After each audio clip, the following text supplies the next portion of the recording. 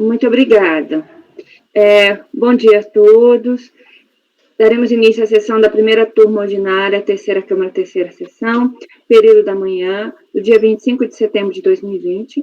Estão presentes conselheiros Ari Ventramini, Marcelo Costa Marques de Oliveira, Marco Antônio Marinho Nunes, Salvador Cândido Brandão Júnior, Marcos Roberto da Silva, Semiramis de Oliveira Duro, Breno do Carmo Moreira Vieira, eu, presidente substituta Elisiane Gelati Meira, o conselheiro suplente Marcos Roberto da Silva, participa da sessão em substituição ao conselheiro Wenderlei Moraes Pereira. Nós temos sustentações, mas vamos iniciar por um processo com medida judicial, é o item 612 da pauta, cujo recorrente é Figual Transportes Internacionais. O relator é o Dr. Breno. Dr. Breno, por favor, a palavra é sua. Obrigado, presidente. O processo já está lá na pasta. Ele saiu com vistas na última sessão e o relatório, como os senhores, como todos aqui estavam presentes, serei mais breve. Trata-se de recurso voluntário interposto contra a acordo da DRJ de Fortaleza, que conheceu parcialmente a impugnação e no mérito julgou improcedente. Tá? O processo deriva de exigência de multa no total de R$15 mil em favor da empresa hora recorrente pela não prestação de informações relativas aos conhecimentos eletrônicos na operação de desconsolidação de mercadorias importadas no prazo estipulado pela IN 1473 de 2014, de forma que o auto de infração foi lavrado em 26 de nove de 2016, com exigibilidade suspensa por força de tutela antecipada concedida nos autos do processo da 14ª Vara Federal de São Paulo. Então,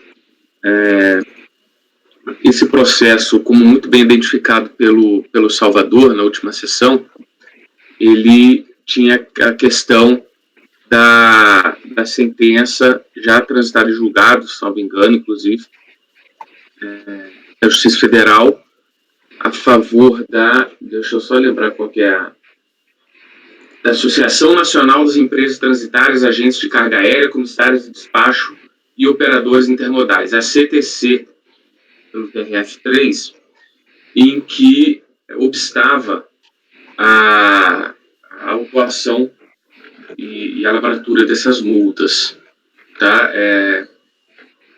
Então, o contribuinte no seu recurso, a DRJ, perdão, ela atestou a regularidade do PAF, afastou as supostas delegações de violações dos princípios constitucionais, ela reiterou a natureza inquisitorial do PAF, do lançamento, ela afastou a existência de vícios formais, cerceamento de direito de defesa, ela afastou também o pedido de perícia e diligências e atestou a legitimidade passiva do contribuinte, de modo que, em seu recurso voluntário, este repisa os argumentos trazidos em sua exordial.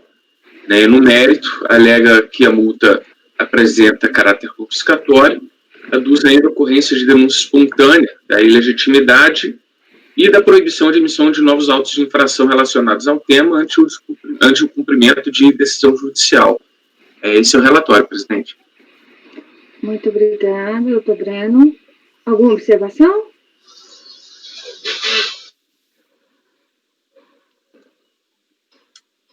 Salvador, eu acho que ia falar alguma coisa e caiu, presidente.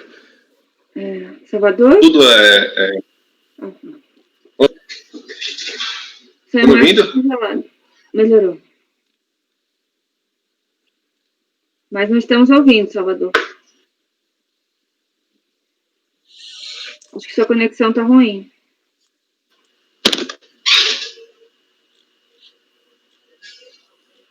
Salvador? Pode prosseguir. Vou tentar arrumar minha conexão aqui, colocando no celular, mas pode prosseguir que eu estou escutando tudo. Vocês que não estão me ouvindo, né? Nós achamos que você ia fazer um comentário. Não, estamos te ouvindo sim, filho, infelizmente. Você não ia fazer comentário? Não falei que ele ia ficar... Eu ia perguntar para ele A questão todos os argumentos dele são coincidentes com a ação judicial. Sim, na verdade. Acho que você vai conseguir no voto. Na verdade, Salvador, isso daí, inclusive, eu queria até sua colaboração nesse caso aqui também, especial, porque o que acontece?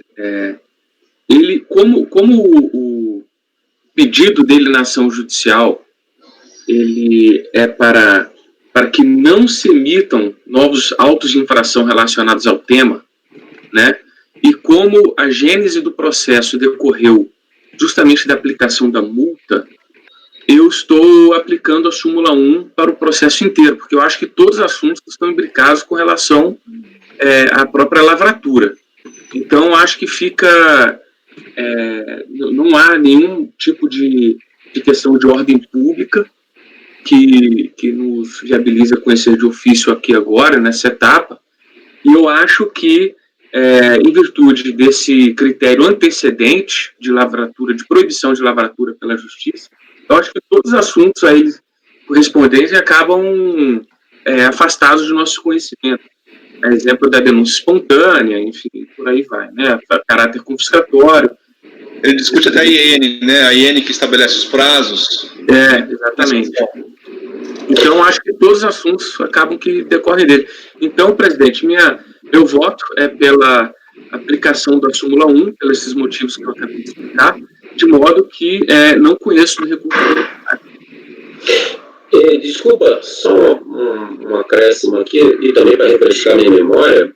Salvo engano, na sessão passada, o doutor Salvador identificou que, de fato, essa empresa é listada como uma das beneficiárias dessa ação, não é isso?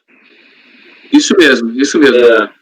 Eu já tinha, como eu havia falado também no mês passado, eu já até julguei alguns casos desses. Teve um desses, por exemplo, até baixei em diligência para ver se identificava se a empresa era beneficiária mesmo da ação ou não. E nesse caso aqui, restou caracterizado que sim. E lá eu ia até votar nesse sentido que o doutor Breno mencionou aí, que é da concomitância. Então, acho que, sendo beneficiário, acho que cabe sim a aplicação da súmula CARF. Eu fiz questão, inclusive, de ressaltar ali justamente que ela faz parte, né, desse uma empresa associada da CTC, né? Então, tive esse cuidado, agradecendo aí a diligência sua e do Salvador que me pontuaram isso daí na última sessão. Ok. Mais alguma observação? Você pode só repetir o seu voto? Certo, presidente. Eu votei por não conhecer do presente recurso voluntário em face da existência de concomitância, portanto, aplicando a súmula CARF número 1. Muito obrigada. Doutor Ari? Acompanho o relator. Doutor Marcelo? Acompanho. Doutor Marco Antônio? Com o relator. Doutor Salvador? Acompanho. Doutor Marcos Roberto? Também acompanho o relator. Doutora Semiramis? Acompanho o relator. Eu também acompanho o relator, então a decisão é por unanimidade de votos e não conhecer o recurso voluntário. Com isso, encerramos a votação do item 612. Vamos passar agora ao item...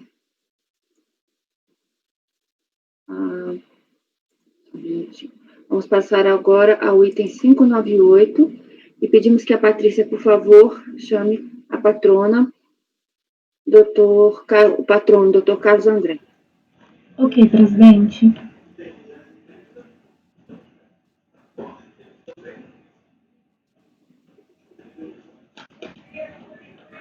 Item 598? 598. Eu sei.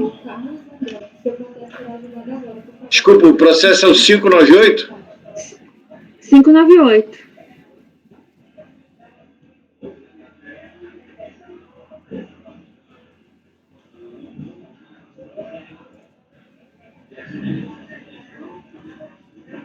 Está na pasta como César.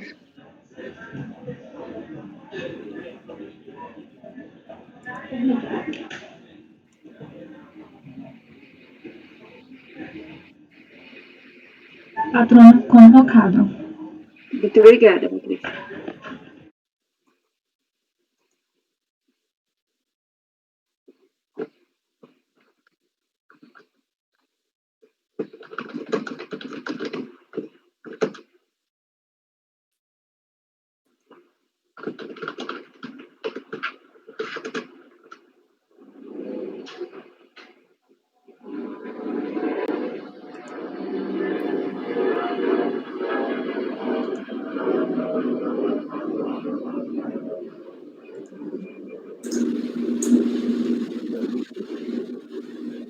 Bom dia, conselheiros.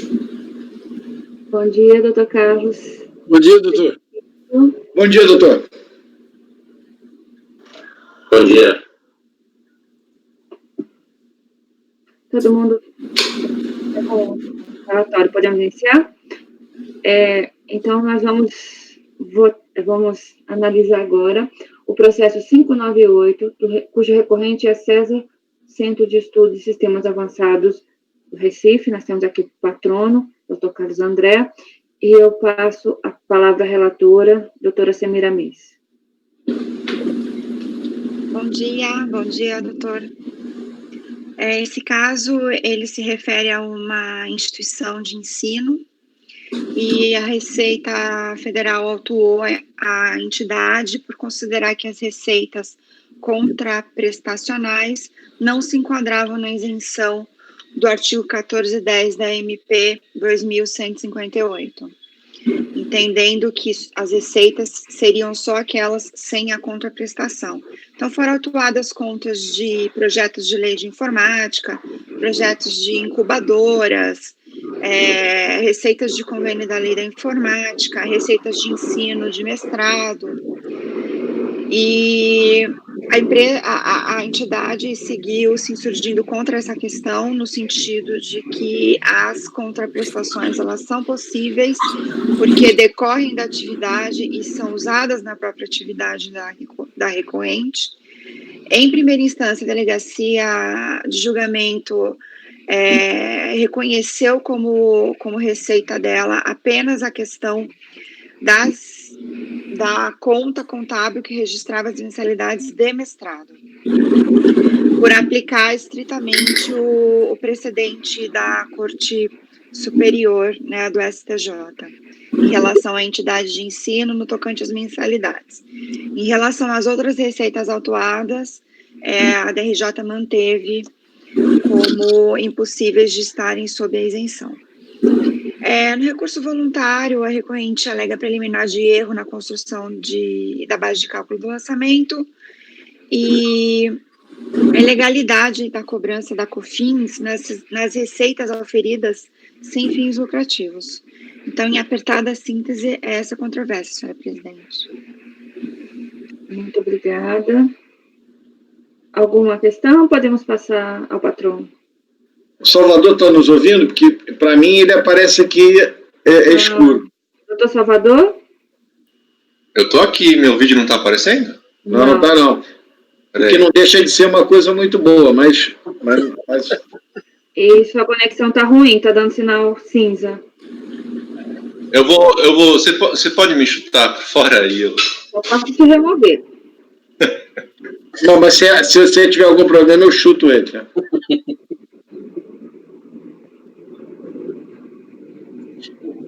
Um minutinho, por favor, doutor. Tudo bem, presidente. Muito obrigado.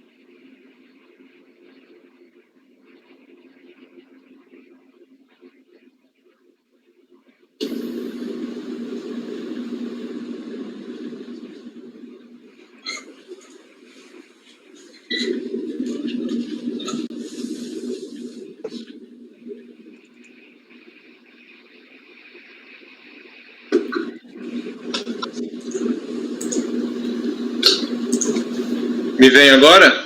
Sim, agora está melhor. Para alegria do Marcelo? Bom, se precisar chutar o Salvador aí, é só falar comigo, presidente. Todo mundo ouvindo? Vamos eu ouvi o relatório então integralmente, tá? Desculpe, meu Salvador. Eu ouvi o relatório integralmente. Sim, verdade. Obrigada. Então, passamos agora 15 minutos para o doutor Carlos Eduardo, por favor. Bom dia, presidente. Carlos André, apenas para... Carlos André, desculpe. Carlos André. Sem problema. Bom dia a todos, obrigado pela concessão da palavra. O relatório da conselheira Semiramis foi objetivo e claro e fiel ao que de fato acontece na discussão desse recurso voluntário. Tá? Como esta matéria, assim, os conselheiros, não é nova para esta turma, eu poderia abreviar a sustentação oral chamando a atenção para aquilo que realmente importa neste recurso voluntário. Por que eu digo isso? Porque esta primeira turma, ela julgou casos semelhantes em julho de 2018, julgou também em setembro de 2019, outubro de 2019 e, mais recentemente, em dezembro de 2019. Tá? O Centro de Estudos e Sistemas Avançados do Recife, o CESA, ele é o precursor do destino chamado Porto Digital. Tá? O ambiente de tecnologia sabe que o CESA é um dos principais centros de pesquisa em tecnologia e inovação do Brasil, está efetivamente entre os melhores do Brasil, tem realizado pesquisas para os maiores players do setor de TI do mundo, tá? E no lançamento, inclusive, o auditor fiscal deixa claro que se trata de um centro de pesquisa em desenvolvimento e inovação da área de tecnologia e também um centro de ensino. Tá? O CESA ele foi concebido por professores do Centro de Informática da Universidade Federal de Pernambuco, centro até hoje bastante renomado aqui da conhecida UFPE, eu falo aqui do Recife, Pernambuco. Então, o que ocorre é que o auditor fiscal entendeu que a Instrução Normativa 247, ela deveria ser obrigatoriamente aplicada e ela, como os senhores sabem, previa a ausência de contraprestação como requisito para gozar da isenção. No entanto, a medida provisória 2158/35, no seu artigo 14, inciso 10, não tem a previsão de ausência de contraprestação. Isso ficou muito claro no julgamento do recurso repetitivo do STJ, quando ele afastou a Instrução Normativa. Claro, lá foi julgado por uma entidade de ensino, porque era o objeto da entidade de ensino. E aí a TRJ entendeu que esse recurso repetitivo era restritivo para entidades de ensino. Ora, não faz sentido se para uma entidade de ensino pode haver contraprestação, para que outras entidades que não sejam de ensino não possa haver contraprestação. Então, o CARF já diversas vezes interpretou este recurso repetitivo nesta mesma linha, fazendo a leitura na interpretação da recorrente mais coerente e mais justa a respeito desse precedente vinculante. Mas, recentemente, a Receita Federal do Brasil mudou de opinião em relação ao assunto, tá? E editou, aí o novo regulamento do PIS/COFINS, trouxe um dispositivo e lerei aqui por ser objetivo e diametralmente oposto àquilo que estava na IN 247. Então, o parágrafo 2º do artigo 23 da nova IN 1911, de 11 de outubro de 2019, ele diz, quando trata da isenção da COFINS para o terceiro setor, para associações civis sem fins lucrativos, fundações, etc. Parágrafo 2º. Consideram-se também receitas derivadas das atividades próprias aquelas decorrentes do exercício da finalidade principal da entidade, vírgula, ainda que auferidas em caráter contraprestacional. Então, ou seja, a Receita Federal do Brasil, no atual regulamento, já considerou que não fazia sentido manter a exigência do caráter contraprestacional como um impeditivo à fruição da isenção. Então, este dispositivo está lá no parágrafo 2º do artigo 23 da IN 1911. Então, senhores conselheiros, não havendo qualquer debate quanto a desvio de finalidade, quanto à natureza da entidade, quanto a ser efetivamente uma associação civil sem fins lucrativos, quanto ao objeto, o auditor fiscal, ele transcreve o objeto da entidade e ele, de tão amplo em pesquisa e desenvolvimento, ele abrange efetivamente um leque grande, mas de pesquisa, desenvolvimento e ensino, e especificamente na área de tecnologia. O auditor não aponta sequer um item de ingresso que não diga respeito a uma dessas atividades, mas entendeu que teria que negar a isenção a COFINS porque havia contraprestação. Em razão do aqui exposto, senhores conselheiros e senhora relatora, a recorrente pede o provimento do recurso voluntário. São essas as considerações, não há por que me alongar mais. Agradeço a concessão da palavra, senhora presidente. Muito obrigada, doutor Carlos André. Alguma questão, alguma pergunta, patrono? Podemos passar para o voto? Doutora Semiramis, por favor.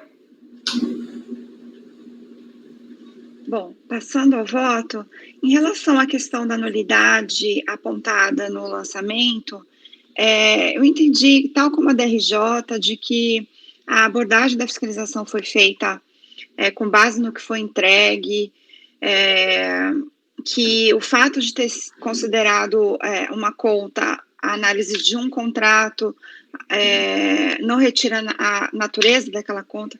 Enfim, o que eu quero dizer é que aqui eu acho que a preliminar de nulidade do lançamento, além dela não ter existido de fato, eu acho que mesmo se ela tivesse existido, eu não daria, porque no mérito eu voto favoravelmente ao pleito da recorrente, como eu vou explicar. Eu adotei o trecho da DRJ em relação à ausência de nulidade do lançamento, porque ficou uma boa análise, como eu disse. Eu acho que o controvertido aqui é só a natureza jurídica das contas e a tese jurídica do que compõe a isenção nos termos do artigo 1410. Então, por isso que eu afastei a nulidade. Em relação a propriamente a matéria de isenção da COFINS do artigo 14 da MP 2158, por favor, página 12. A fiscalização aplicou a prescrição do 1410 para constituir exigência de COFINS sobre receitas contraprestacionais diretas, resultantes das atividades da recorrente. Ressalta-se que a natureza das contas, receita de prestação de serviço, receita de projetos de lei de informática, receita de projetos privados, receita de incubadoras, receitas diversas, receitas de ensino, mestrado, em controvérsia. São contraprestacionais e relativas à sua atividade. Isso a fiscalização também não negou. Trata-se de entidade voltada à atividade educacional, científica, tecnológica e de inovação, organizada sob a forma de associação sem fins lucrativos. Como bem apontado pela DRJ, é ao mesmo tempo associação civil e instituição de educação, cujas atividades envolvidas estão em consonância com os objetivos previstos no Estatuto Social, não tendo a autoridade autuante apontado qualquer desvio de finalidade da instituição. Aí abaixo eu colaciono o objeto social, que é no artigo 6º, né, do Estatuto. A isenção pleiteada é esta que eu coloquei a legislação aí novamente. Para aplicação do artigo 14, são receitas de atividade própria, todas as relacionadas a atividades estatutárias sem ou com caráter contraprestacional direto, destinadas ao seu custeio e ao seu desenvolvimento dos objetivos sociais. Sem dúvida, o artigo 47 da IN 247 restringiu ilegalmente a isenção disposta em lei, o que já é pacífico na jurisprudência do CARF e também no STJ. No CARF nós temos a súmula 107, que fala apenas do serviço educacional e que alcançaria as mensalidades, por exemplo. E o recurso especial repetitivo, ele fala que as receitas oferidas a título de mensalidade dos alunos, sem fins lucrativos, são decorrentes de atividades próprias da entidade. A partir desses precedentes, eu estou pacificado que são isentas as receitas decorrentes da contraprestação de serviços relativos à atividade própria da entidade sem fins lucrativos. Exegese não restrita apenas à mensalidade de entidades educacionais. Nesse sentido, até a Câmara Superior também já decidiu no acórdão que eu colacionei aí no voto. Por isso, não subsiste o lançamento, eis que as receitas autuadas são próprias, resultantes de atividades estatutárias, sem qualquer desvio de finalidade. A contraprestação direta não afasta a natureza de receita própria para fins de isenção da COFINS prevista no 1410 da MP 2158. Logo, o auto de infração deve ser cancelado integralmente. No tocante ao argumento secundário, que é a manutenção da decisão recorrida, eu só digo aqui que não há o que analisar porque não tem recurso de ofício. Então, o que a DRJ concedeu de mensalidades já é definitivo. Então, senhora presidente, a minha conclusão é por dar provimento ao recurso voluntário. Muito obrigada, doutora. Observação? Podemos passar à votação? Então, o voto da relatora por dar provimento ao recurso voluntário. Doutora Ari? Belo voto, doutora, bem sucinto, objetivo. Acompanhe a relatora. Muito obrigada. Doutor Marco Antônio? Doutor Salvador. Doutor Marcelo. Eu acho que todos os dias vão deixando a gente cansado, né, doutor Marcelo? Com o relator. Muito obrigada. Doutor Marco Antônio? Acompanhe a relatora. Muito obrigada. Agora sim, doutor Salvador? Acompanho. Obrigada. Doutor Marcos Roberto? Também acompanho a relatora. Muito obrigada. Doutora Semira Miss? Eu vou relatora. Eu me acompanho. Como sempre, Semira mesmo nos dando aí uma aula aqui. Acompanha a relatora, presidente. Muito obrigada. Eu também acompanho a relatora. Muito bom voto, parabéns. Então, a decisão do item 598 é por dar provimento ao recurso voluntário e a por unanimidade de votos. Com isso, concluímos e agradecemos aqui a presença do Dr. Carlos André. Obrigado, parabéns pela organização da sessão. Bom dia de trabalho a todos. Bom dia, doutor. Bom dia.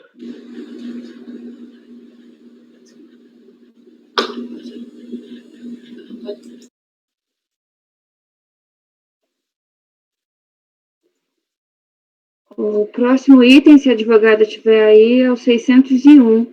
Patrícia, a doutora Camila está? Sim, presidente. Então, por favor, faça a convocação. Ok, farei. Obrigada.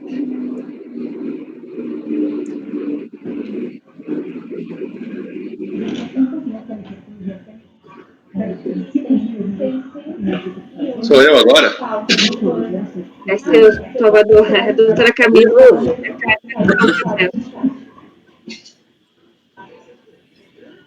Salvador, contenha-se, tá? Por quê? Porque aquele dia você falou a tarde toda. Eu achei que já tivesse acabado esse processo aí. Sobrou um e a gente não podia antecipar. Ele está na pasta, Salvador? Está na pasta, mas eu preciso lembrar que grupo que ele é. Peraí. É o final qual? É o final 98. 2013. 2013, 98. 2013, 98. Grupo 1 eu já vi que não é. Acho que é o grupo 3. Grupo 3, confirmei, acabei de achá-lo. Aqui é 3. Ótimo. É grupo 3. Bom dia, doutora Camila. Bom dia. Bom dia, Camila. Hein? Bom dia, tudo bem? Bom dia. Bom dia, doutor. Vocês estão com uma cara muito boa para quem passou a semana inteira julgando, hein? É justamente porque é o último dia. É a felicidade. Deixa eu só pegar. Só deixa eu fazer uma introdução primeiro. Deixa eu só lançar o item, ou não, ou você vai fazer antes? Tá bom, não, pode falar. Nós vamos julgar o item 601, cuja recorrente é CAF Agroindustrial Limitada. Temos aqui a presença da patrona, a doutora Camila, o relator, o doutor Salvador. Por favor, doutor Salvador.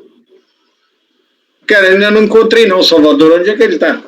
Está dentro da pasta 23/9, da pasta da CAEFER, dentro do grupo, pasta grupo 3. Ah, tá.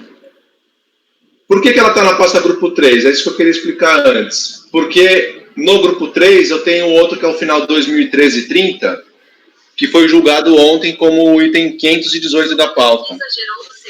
Então eles são a mesma matéria.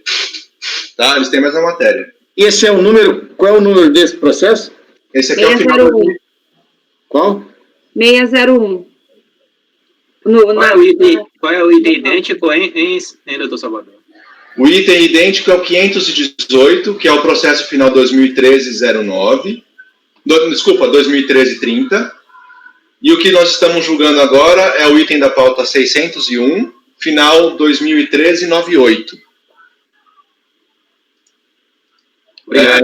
Deixa eu só ver a diferença entre eles. Esse aqui é quarto trimestre de 2010, COFINS, não, é PIS, desculpa, PIS. Deixa eu ver o outro.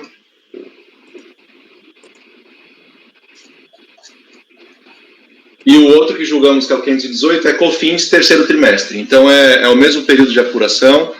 Provavelmente esse aqui tem aquele mesmo problema dos somatórios da tabela, da planilha. Então, eu vou considerar isso lá no voto. Mas eu posso passar o relatório? Sim, por favor.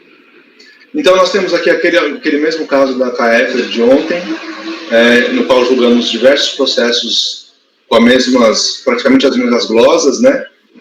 Temos aqui glosas de insumos com base na IN 404, foi realizado, aqui é um pedido de ressarcimento, tá? Não tem compensação, foi realizado um tratamento manual de tudo, com todo o levantamento da documentação, escrita, planilhas, enfim, e foi aberto esse processinho aqui, 720-101-2014-17, que controla todos os documentos, todas as intimações, enfim. Então, as glosas que nós temos aqui, frete sobre compras, temos frete de compra de alíquota de produto com alíquota com suspensão ou alíquota zero. O que mais temos aqui? Acho que temos pallets. Enfim, aqueles insumos que nós tivemos na discussão no dia de ontem. E temos também aqui o crédito presumido naquele projeto de integração, né, no contrato de parceria, e também o crédito presumido nos grãos e suínos para abate, que foram só comprados e revendidos, não foram utilizados na produção. É isso. Então, temos algumas glosas e passo a palavra para o presidente, caso a patrona queira fazer alguma consideração. Muito obrigada, doutor Salvador. Doutora Camila? Não, como a sustentação oral abrangeu todas as glosas, né, doutor Salvador, acredito que não vai ter muita novidade, então não há necessidade. Só uma questão, doutor Salvador, que também foi apontada, sei que foi apontada na petição, houve uma questão nós levantamos uma questão de ofício, que é a questão do percentual do crédito presumido da agroindústria. Não sei se o senhor chegou a analisar, porque está nessa petição que nós juntamos depois, né? Entendi. Não, eu não cheguei a analisar, eu neguei provimento ao crédito presumido, né? É que uma parcela do crédito presumido já tinha sido deferida, né, pela DRJ, então a gente estava questionando aí, trouxe essa questão, né, da súmula 154, 167, acho que é 167. Não, eu não cheguei a analisar. Mas foi trazida na petição. O que diz essa súmula 167? Mas se a DRJ reverteu isso... É a aplicação da alíquota de 60%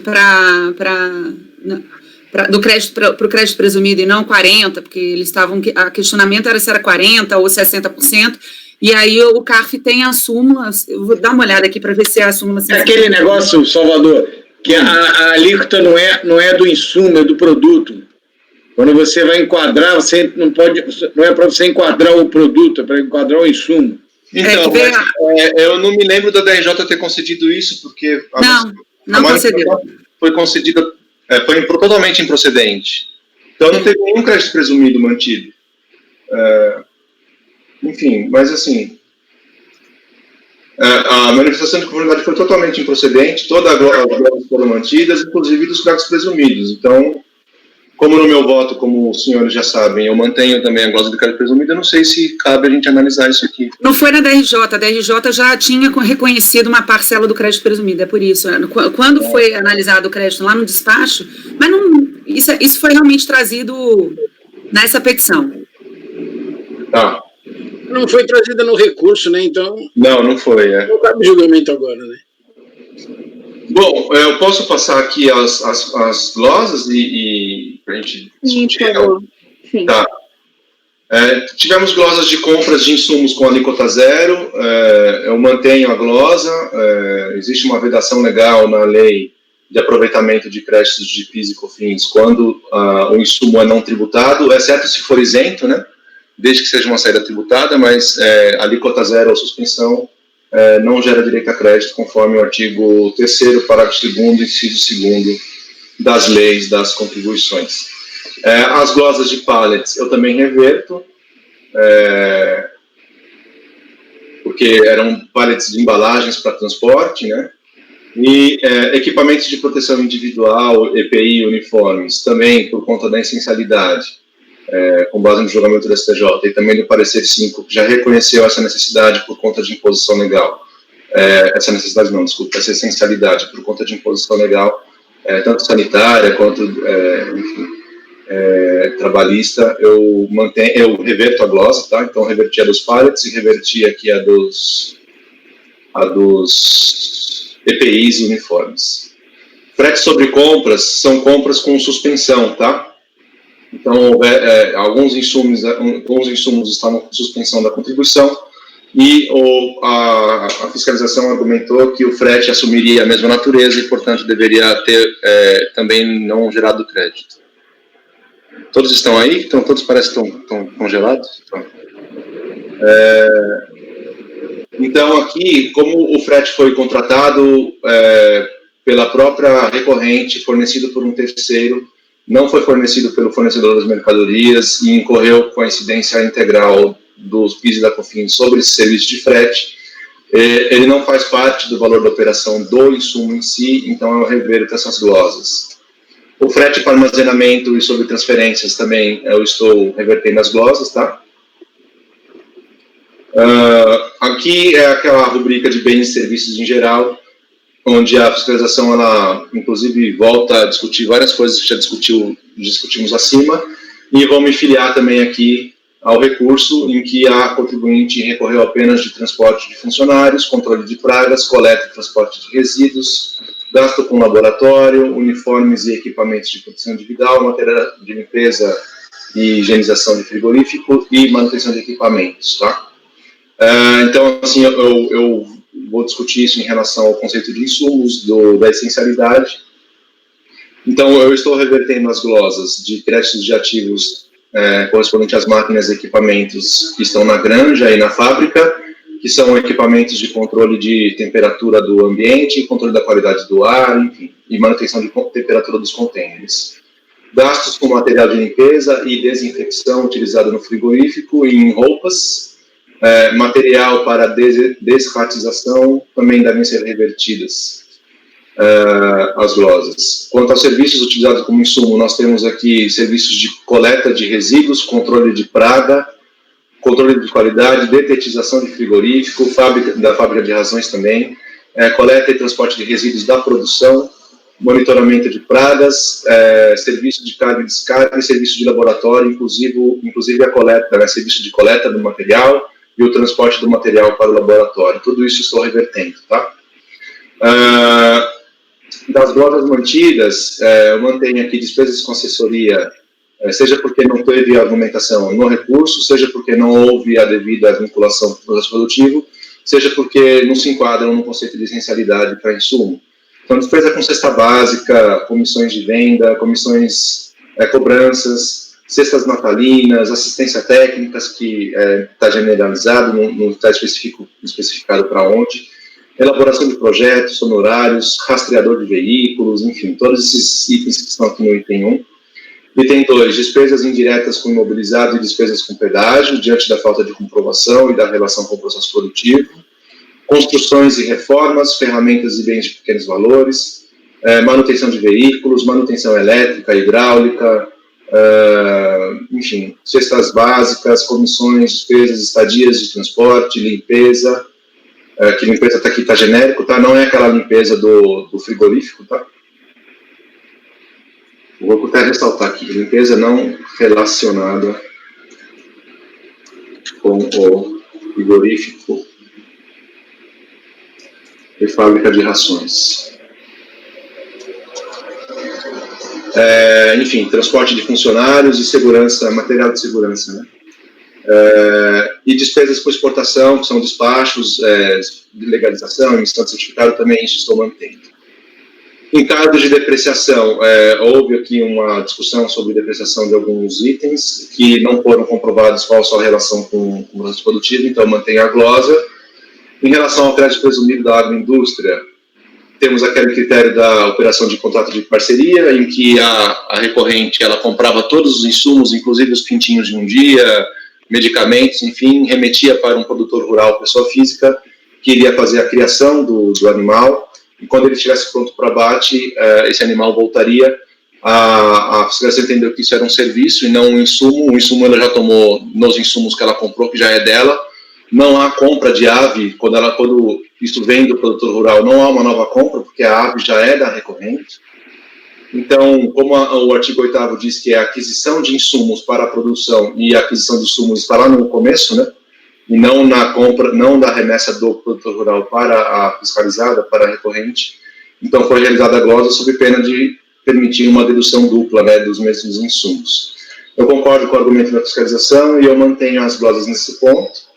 Em relação às revendas de grãos e suínos para abate também, o artigo 8º ele prescreve que o insumo, para que ele seja insumo, né, ele tem que ser utilizado para produzir mercadorias.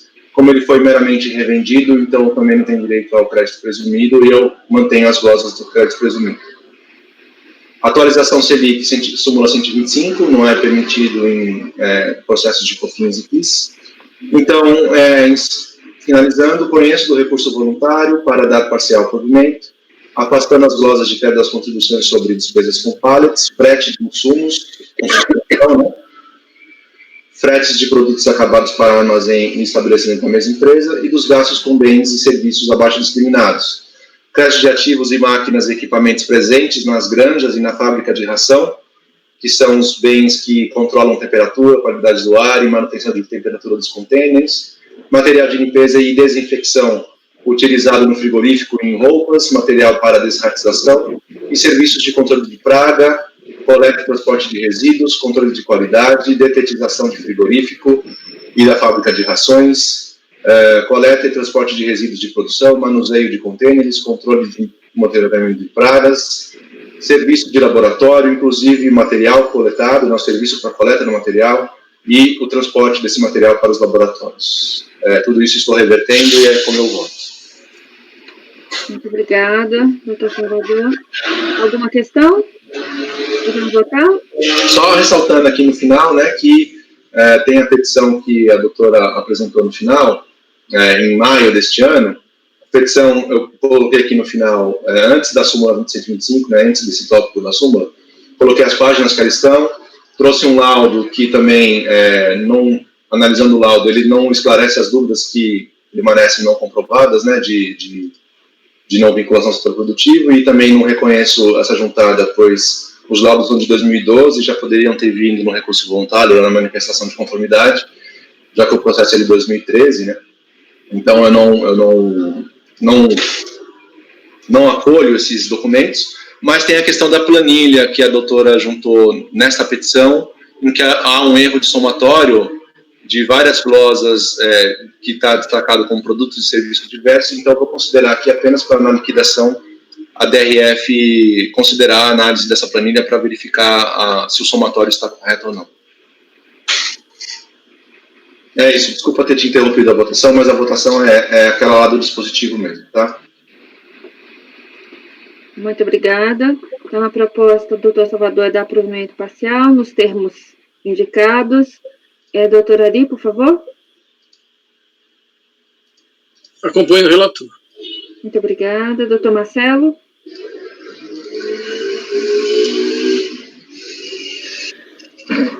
Bom, como das outras vezes, no caso do frete interno de produtos acabados, eu vou acompanhar pelas conclusões. Como eu já disse, toda a doutrina contábil e financeira conceitua insumos como algo ligado ao processo de produção. E essa despesa aí é uma despesa pós-produção. Então, eu a classifico no inciso 9, né, no frete sobre venda, porque eu acho que é o deslocamento do produto acabado, né, no processo de venda, né, após a produção. Então, eu acompanho pelas conclusões nesse item. Doutor Marcelo, só para a gente lembrar, acompanha pelas conclusões em relação ao frete sobre produtos acabados. Isso? Isso. Frete interno... Porque eu qualifiquei isso como insumo no inciso 2º e o Marcelo qualifica isso como frete na venda no inciso 9º. Porque eu acho que isso só repetindo, se você desloca o teu produto acabado do Rio de Janeiro para o centro de distribuição do Recife e de lá, do centro de distribuição de Recife para o cliente, eu acho que esse trajeto todo, ele faz parte do transporte da mercadoria da fábrica até o cliente. Ele pode passar, de repente, por 10 CDs. Essas empresas de logística fazem isso. Então, eu acho que é um frete pós-produção, então não pode ser classificado como insumo. Obrigada, doutor Marcelo. Doutor Marco Antônio? Acompanho o relator. Muito obrigado. Doutor Marcos Roberto? Eu também acompanho o relator, fazendo a ressalva em relação aos 2 fretes, que já votei nesse sentido nos outros processos, que eu divido do entendimento da turma. Então, abre divergência apenas em relação aos fretes de insumos e fretes de produtos acabados para armazém sobre esse mesmo empresa. Obrigada. Doutora Semira Miss? Acompanho o relator. Muito obrigada. Doutor Breno? Com o relator, presidente. Muito obrigada. Eu também acompanho o relator. Então, a decisão é por unanimidade de votos, em relação, com exceção frete interno de produtos acabados, que o doutor Marcelo acompanha pelas conclusões, e o doutor Marcos Roberto apresentou divergência em relação a insumos e frete de produtos acabados. Insumos e fretes? Frete de insumos com suspensão e frete de produto acabado entre estabelecimentos. Frete de insumos com suspensão e frete de produtos acabados. Exatamente. A parte é por maioria de votos. Nesse aqui é só insumo, não é? Frete de insumos e frete de produtos acabados. É que esse insumo, ele é com suspensão. Eu posso complementar aqui no dispositivo, que é frete sobre insumos com suspensão, tá? Tá bom. O insumo está com suspensão de tributo. Frete de insumos com suspensão. Então, no dispositivo, eu só acrescentei o frete de insumos com suspensão para ficar mais claro. Obrigada. Bom, com isso encerramos a votação do item 601. Agradecemos aqui a participação da doutora Camila. Camila, obrigado. Muito obrigada a todos pela paciência, viu? Um bom final de semana. Bom final de semana.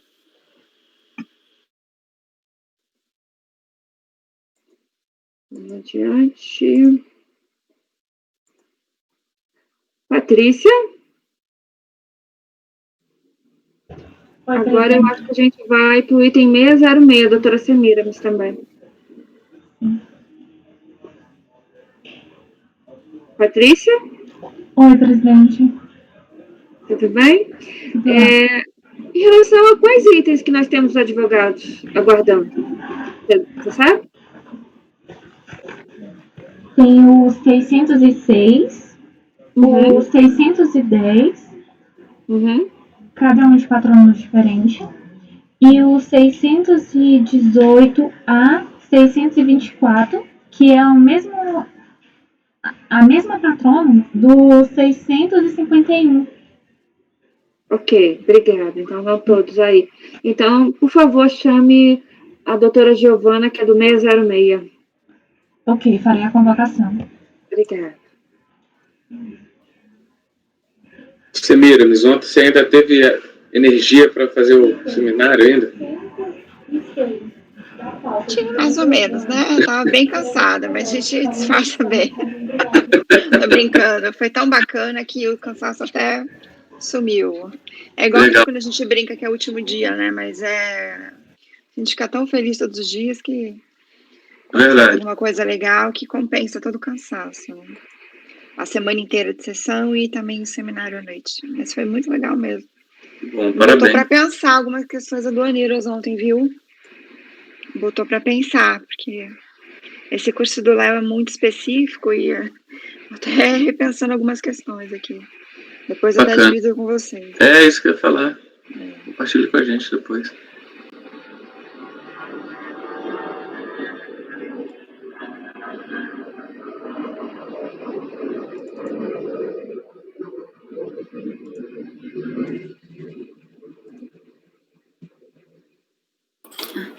Agora sim.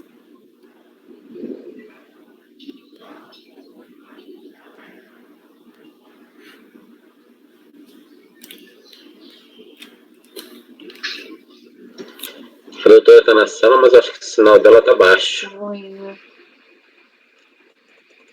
Bom dia. Bom dia. Bom dia. Seu sinal está muito ruim, não está dando para enxergá-lo.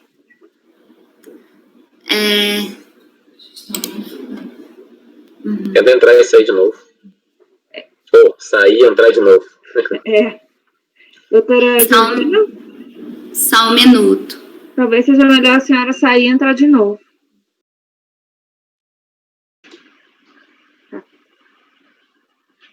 Poderia ser também a definição lá do vídeo dela.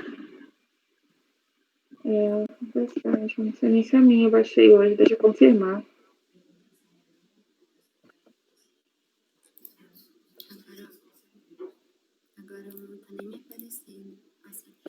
Agora melhorou? Não estamos vendo. Seu vídeo está em baixa definição? Sim.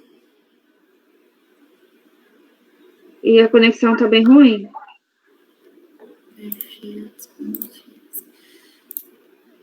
Mas vocês conseguem me ouvir? Parece que sim. Nós te ouvimos, mas a gente vai começar a discutir o processo e não saberemos se a senhora está realmente ouvindo ou não. E também eu estou acompanhando os senhores. Liz, acho que você que tem que tirar, porque quando você tira, quando a pessoa entra, resolve tudo. Quando a pessoa sai sozinha, não funciona. Doutora, vamos fazer mais uma tentativa, eu vou tirá-la aqui. Ok. Tem diferença quando eu tiro e quando a pessoa sai? Pelo menos para mim, que tudo ficou estranho essa semana, tem. Quando eu saía sozinha para entrar de novo, continuava com problema. Quando você me quicou, aí eu entrava. Eu ouvi, por favor, seja delicada.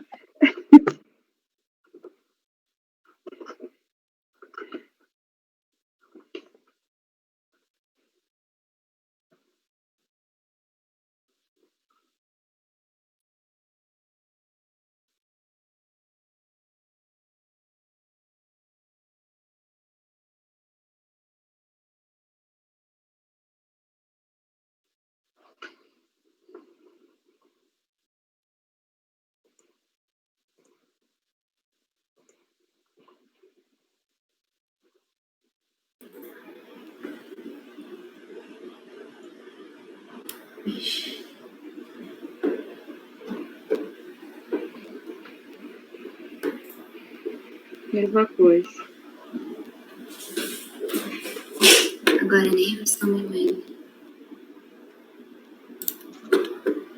Estamos ouvindo, doutora, só não continuamos não vendo. Eu também estou ouvindo os senhores.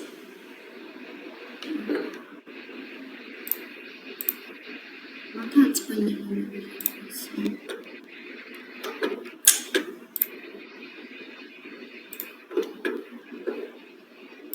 Doutora? Oi.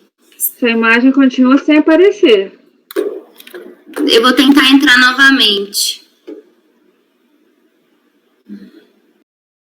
Quer tirar aqui mais uma? Não, doutora.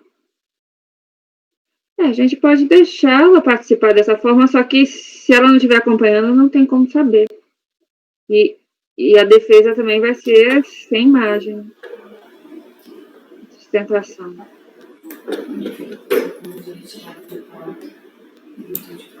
Mas... Se ela nos ouve, acho que, né? Eu estou ouvindo, eu posso acompanhar, mesmo sendo... Obrigada, doutora. A doutora vai só acompanhar ou vai fazer sustentação? Eu fazer a sustentação. A sua câmera está desligada. Quer tentar ligá-la, por favor? Eu estou tentando ligar, mas é que está dando falha. Entendi.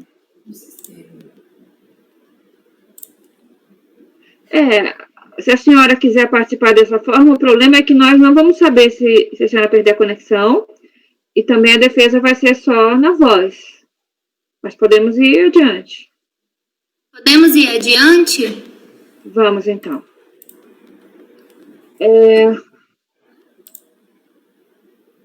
Deixa eu voltar aqui. Nós estamos falando do item... Vamos iniciar o julgamento do item 606 da pauta, cuja recorrente é a Usina Açucareira Guaíra Limitada. É a relatora a doutora Semira Miss, e nós temos aqui a participação da doutora Giovana Alves Correia. Doutora Semira Miss, relatório, por favor.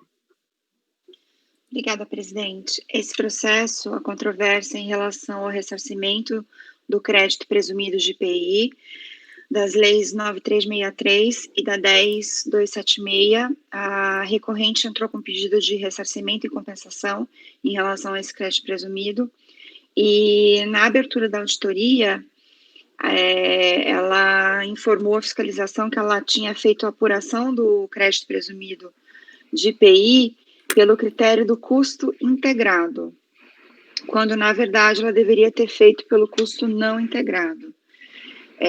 Então, a fiscalização na origem também atestou que ela fez errado toda a apuração, mas ela também não tinha feito a escrituração correta no livro, e então, a partir daí, a fiscalização entendeu que, em virtude desse erro identificado tanto pela recorrente quanto pela própria fiscalização, que o custo não deveria ter sido apurado com custo... o crédito presumido não deveria ter sido apurado com custo integrado, mas sim com custo não integrado. Diante dessa impossibilidade, né, de conferência de apuração, foi negado o creditamento para a usina.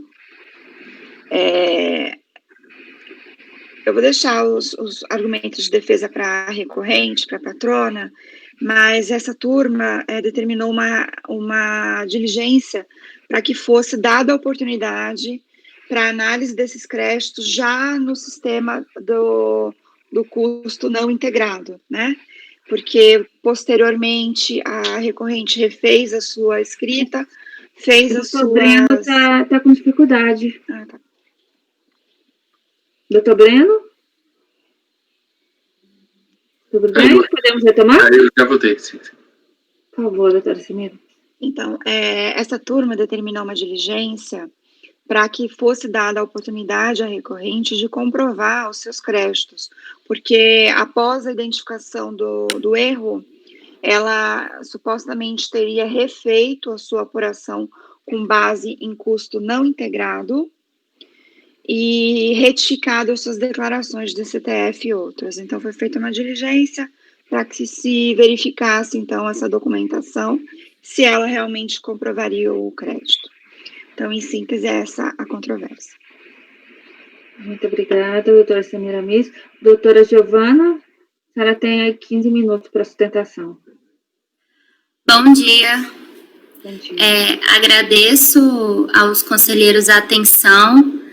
e eu gostaria de começar a minha sustentação no sentido de falar acerca da diligência, né, do resultado da diligência, que se deu pela impossibilidade de apurar a forma como a resolução pediu que fosse feito, análise da contabilidade acerca das retificadoras, justamente porque, em tese, a contribuinte não teria entregado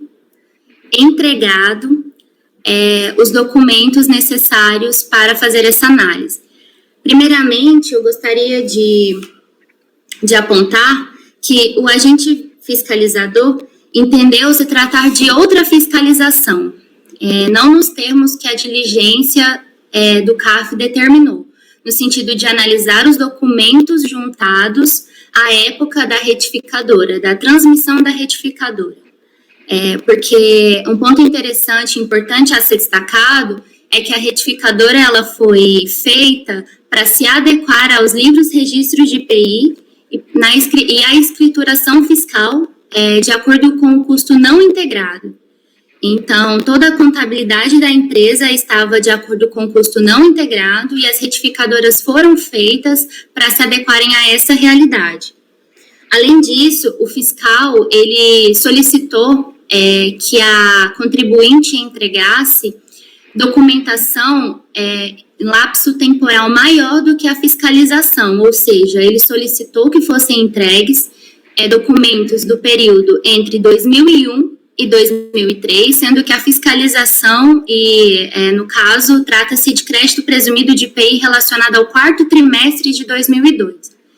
Então, este ponto é interessante de fazer essa situação, essa análise.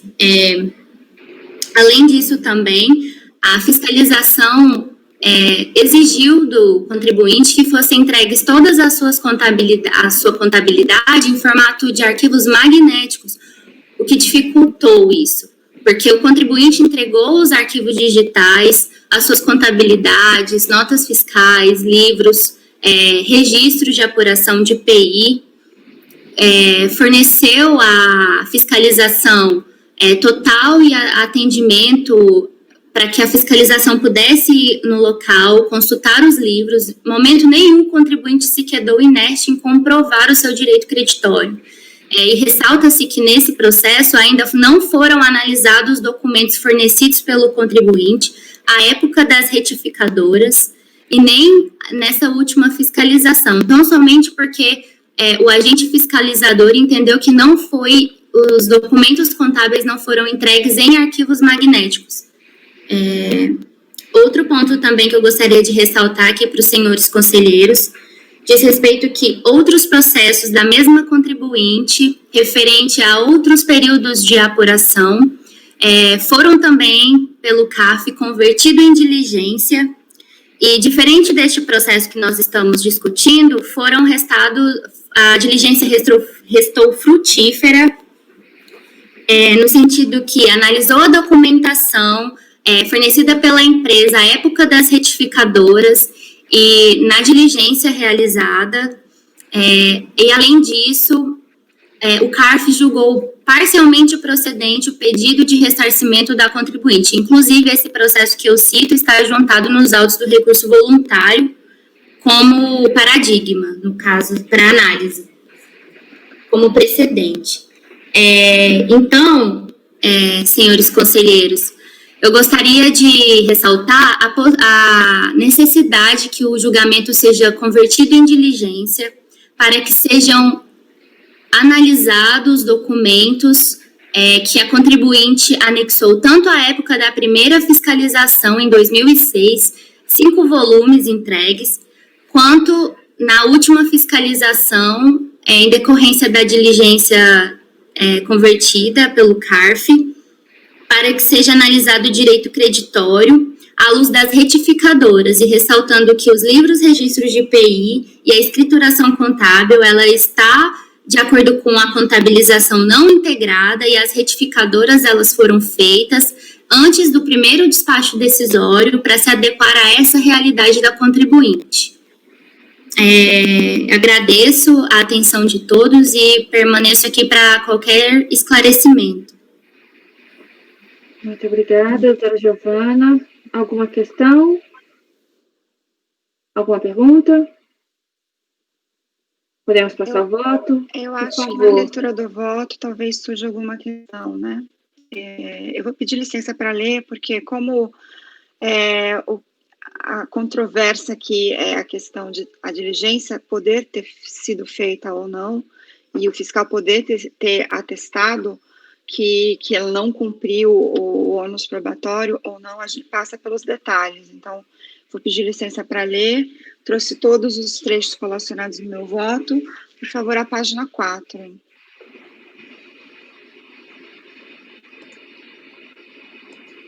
Quanto à comprovação da liquidez e certeza do crédito presumido, na origem não fora reconhecido o direito creditório pleiteado no PERDECOMP original, relativo ao ressarcimento do crédito presumido de IPI, por fundamento nas leis tais, o despacho decisório acusou a falta de documentação idônea que comprovasse a legitimidade do valor pleiteado.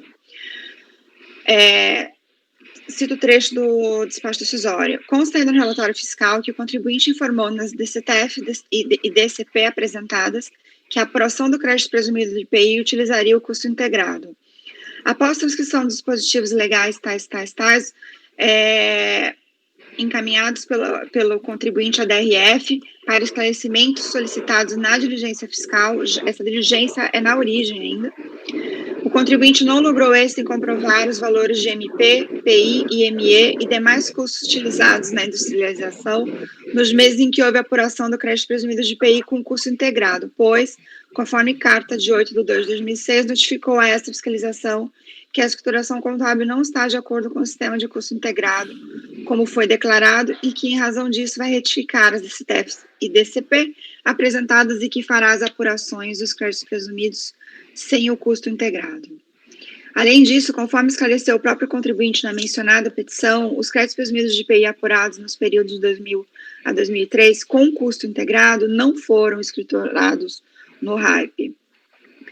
Desse modo, tendo em vista que o contribuinte não apresentou a fiscalização do sistema de custos fidedigno com a escrituração comercial que permitisse, ao final de cada mês, determinação das quantidades e dos valores de matérias-primas, produtos intermediários e materiais de embalagem, energia elétrica, combustíveis, prestação de serviços relativos à industrialização por encomenda, durante os meses em que apurou os créditos presumidos, foi proposto um indeferimento integral do crédito presumido do trimestre em causa.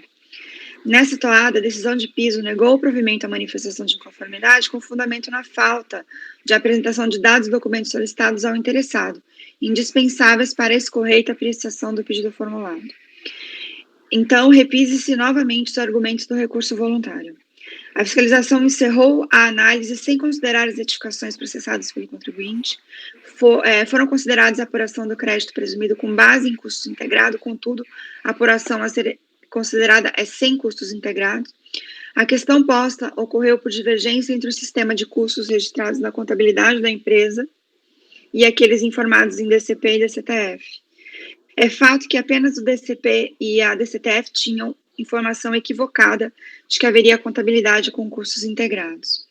Em 8 de fevereiro de 2006, a empresa formalizou perante a fiscalização o equívoco e, em março seguinte, foram entregues todas as retificações necessárias, com dados relativos ao sistema de custos não integrados. A própria fiscalização apontou o erro e orientou sobre a retificação necessária de com custo integrado para sem custo integrado. Não há razoabilidade no abrupto indeferimento do pedido quando já havia sanada a inexatidão formal.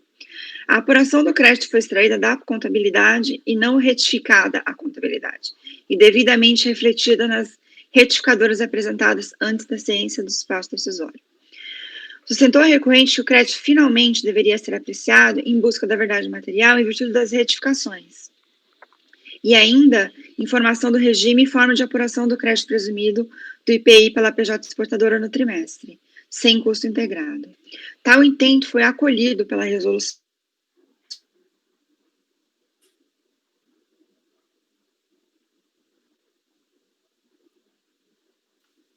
Eu acho que ela caiu, presidente. O sinal está fraco.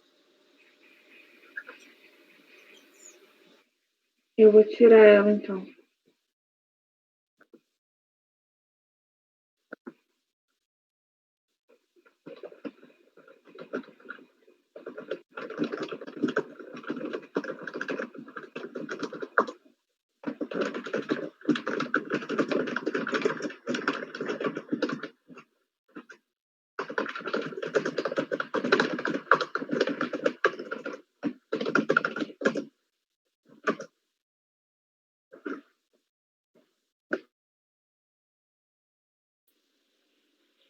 Voltei?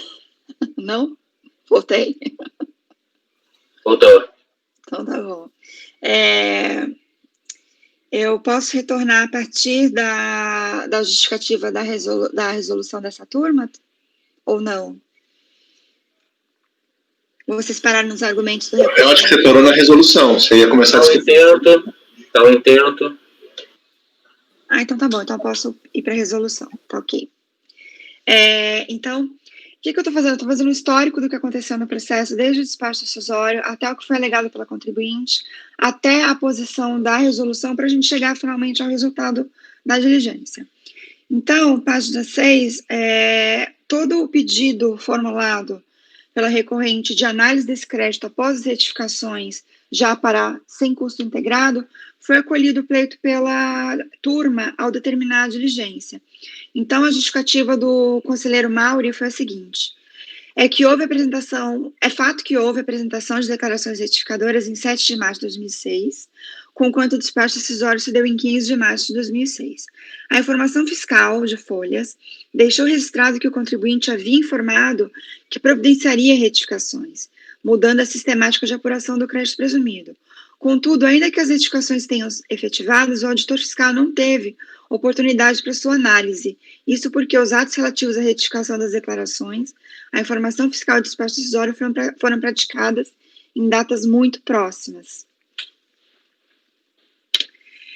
Ademais, toda análise e despacho decisório deu-se com base na inexistência de custo integrado da empresa, contradizendo a informação prestada pelo contribuinte nas declarações, que foram retificadas no curso do procedimento fiscal.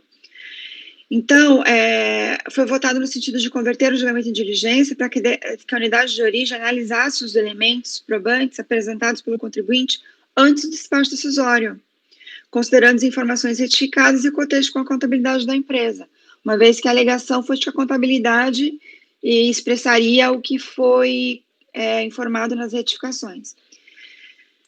Como bem consignou a autoridade fiscal diligenciante, o procedimento determinado não foi uma simples checagem de dados ou complementar ou esclarecer informações de uma fiscalização, porque não houve fiscalização. Mas sim, na realidade, era uma nova fiscalização diante dos elementos a serem verificados. Os probantes retificados antes do despacho decisório e um cotejo com a contabilidade da empresa, inclusive para a Decomp. Todo esse trabalho não foi feito desde a origem.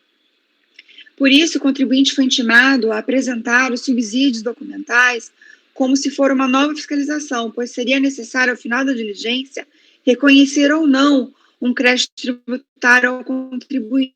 E, nesse sentido, a verificação tem que ser vinculada ao que diz a nova legislação aplicada ao caso e que cabe ao contribuinte fazer prova em seu pleito. A auditoria que normalmente ocorreria na unidade de origem não foi feita. Então, em diligência, me parece que o fiscal tem razão ao dizer que ele precisava dos elementos que ele pediu para reconstruir e chegar num valor de crédito, uma vez que não temos nenhuma auditoria em crédito até aquele momento. Então, ele esclareceu, o fiscal diligenciante, que para se efetuar o cotejo entre as informações prestadas nas declarações e a contabilidade, é necessário esclarecer que as informações prestadas são informações totalizadas.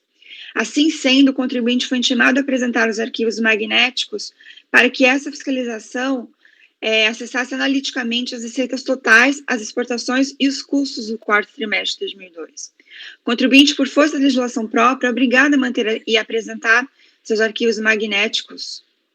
Contudo, no decorrer da ação fiscal, o contribuinte reiteradamente apresentou planilhas, cópias de livros e livros fiscais e contábeis, todavia não apresentou os arquivos magnéticos.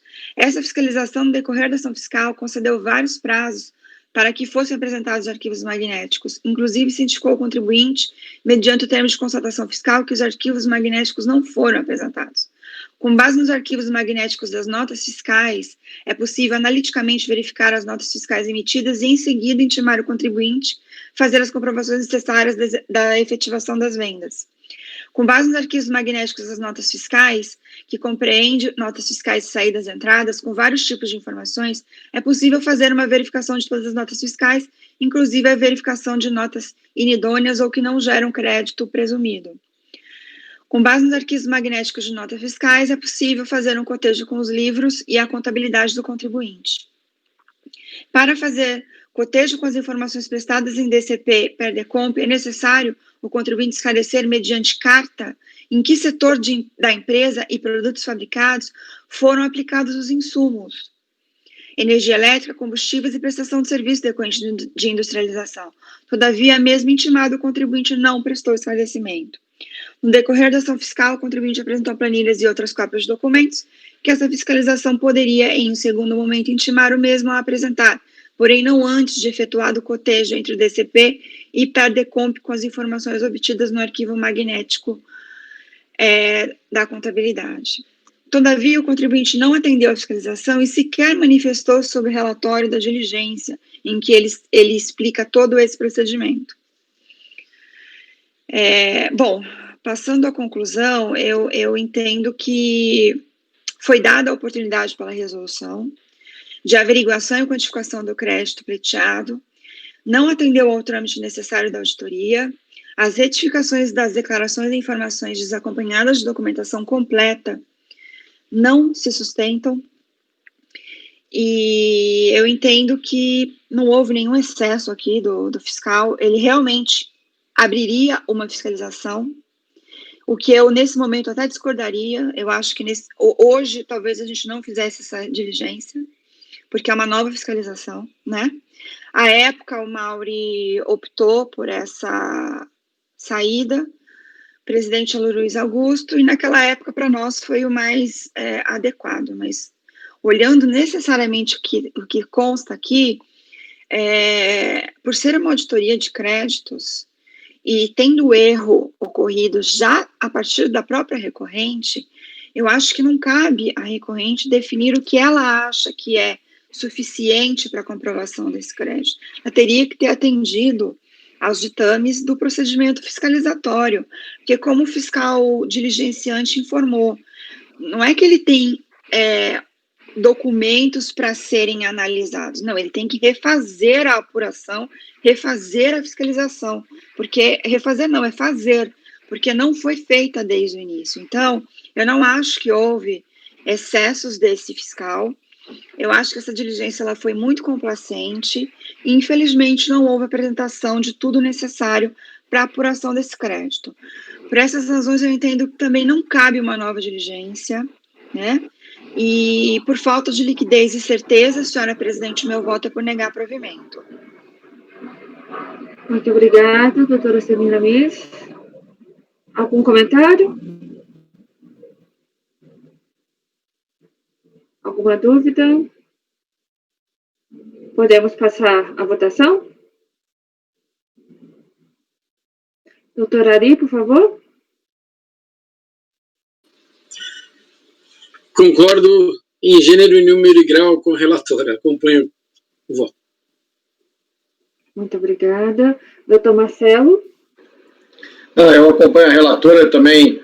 Eu estava lendo aqui a resolução hoje, seguramente a gente não aprovaria isso, porque uma coisa é o contribuinte fazer uma compensação, declarar um crédito que existe, e ele ter esquecido de retificar DCTF ou não ter apresentado.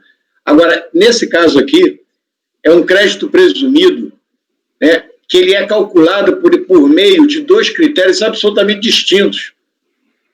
Um é com base na contabilidade de custos, e o outro é com base em percentuais da receita bruta.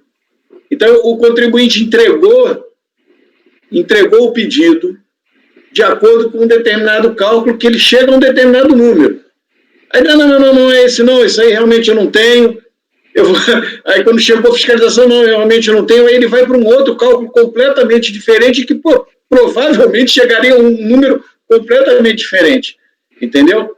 Então isso aí ele teria que ter cancelado o pedido anterior e fazer um novo com base nos novos critérios, né? E iniciar uma outra lide, se fosse o caso. Então, eu concordo integralmente com o voto e os comentários da doutora Semiramis.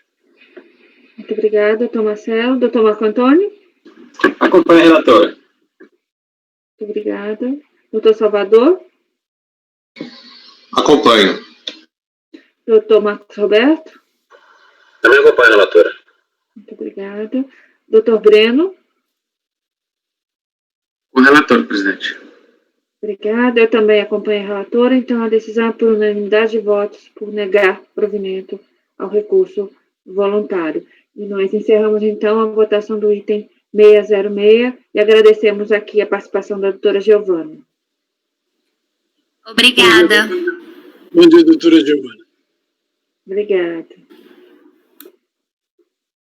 Agora, o próximo é da SEMI também, é o 610, SEMI. Presidente, se me permite uma sugestão, em virtude para a gente não quebrar.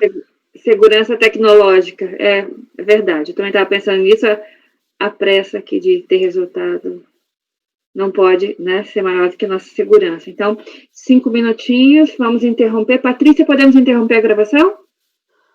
Sim, presidente. Obrigada. 5